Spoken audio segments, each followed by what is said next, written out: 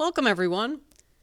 So this was game played Wednesday night, Atlanta and Phoenix, which I thought this would be a very good game. You have two of the teams that are in the upper third of the league under New York. And these are the next two teams under New York and Minnesota. And it was interesting. It was like, Atlanta went out to a lead and then they just never relinquished it.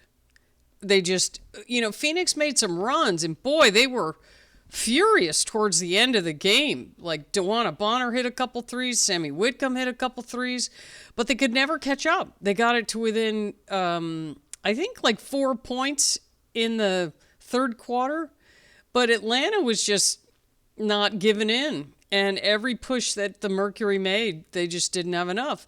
And because I saw the score before I watched the game, and I thought maybe Sabally didn't play and Copper and, maybe someone, but they had their full squad. They didn't play the whole game.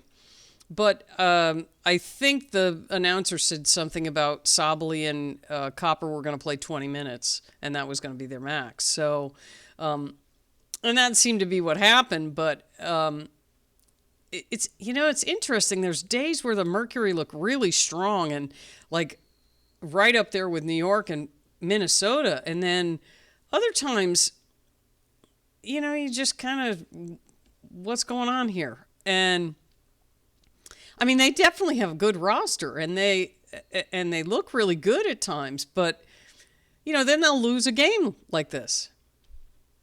Although I'm not so sure that this is the greatest matchup for them height-wise, because you have Brittany Griner and Bree Jones, and Phoenix has very talented players, but they aren't very big as far as like center position.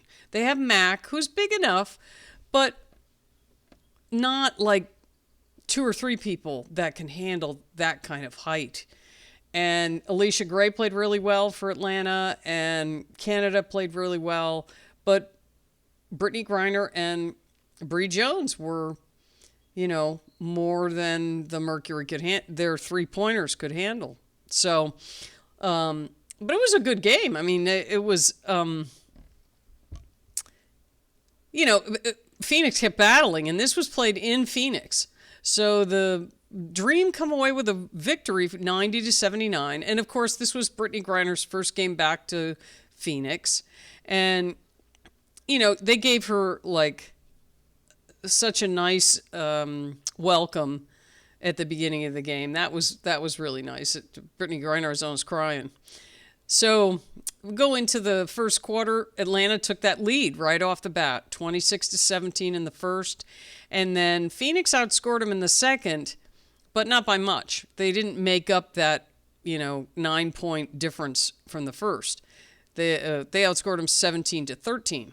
But then Atlanta came right back, outscored them in the third, 26-22, and outscored them in the fourth, 25-23. So Phoenix was progressively scoring more, but other than the second quarter, Atlanta outscored them.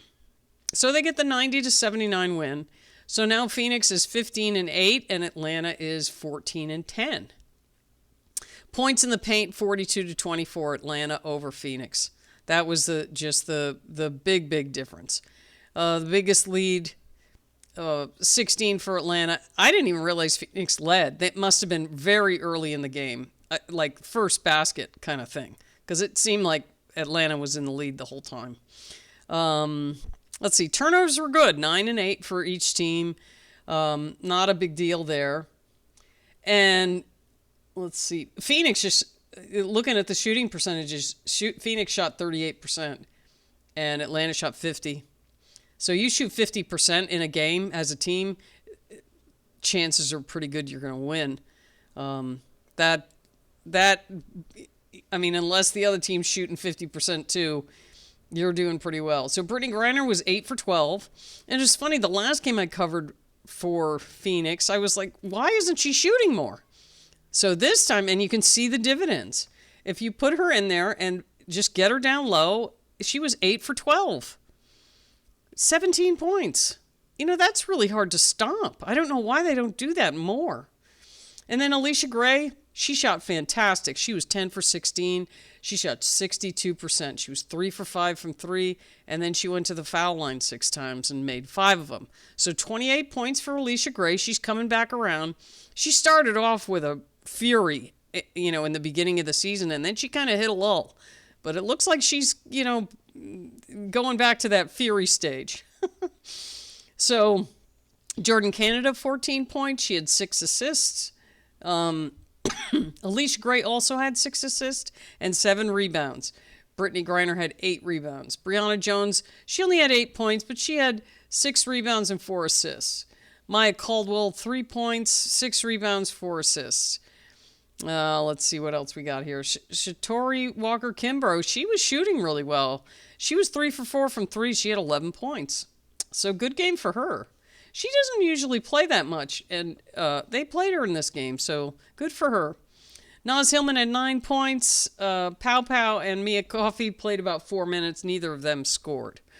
So let's see. Let me have a look at the rebounds. 32 to 36. So the rebounding was fairly close. So, yeah, Satu Sabali 20 minutes. And Copper was 21. So Satu Sabali was 4 for 10. She was 3 for 7 from 3. She had 13 points, 1 rebound, 1 assist, and 1 steal. Alyssa Thomas, 7 points, 9 assists, and 11 rebounds. So she got a double-double without scoring over 10 points. That's insane. You don't see... I wonder how many times that's happened. I wonder if they can look that up in the record books and see how many times someone has gotten a double-double and it didn't include scoring. That's just crazy. Catherine Westbeld, 3 points. Kalia Copper had 10 points. And a rebound. Whitcomb had 11 points, 2 assists and a rebound, and 2 steals. And then Dewana Bonner, she went on that flurry late. Those were her 2 3-pointers that she got. But she was 5 for 11 from the field, and she had 18 points. Loxa, 2 points.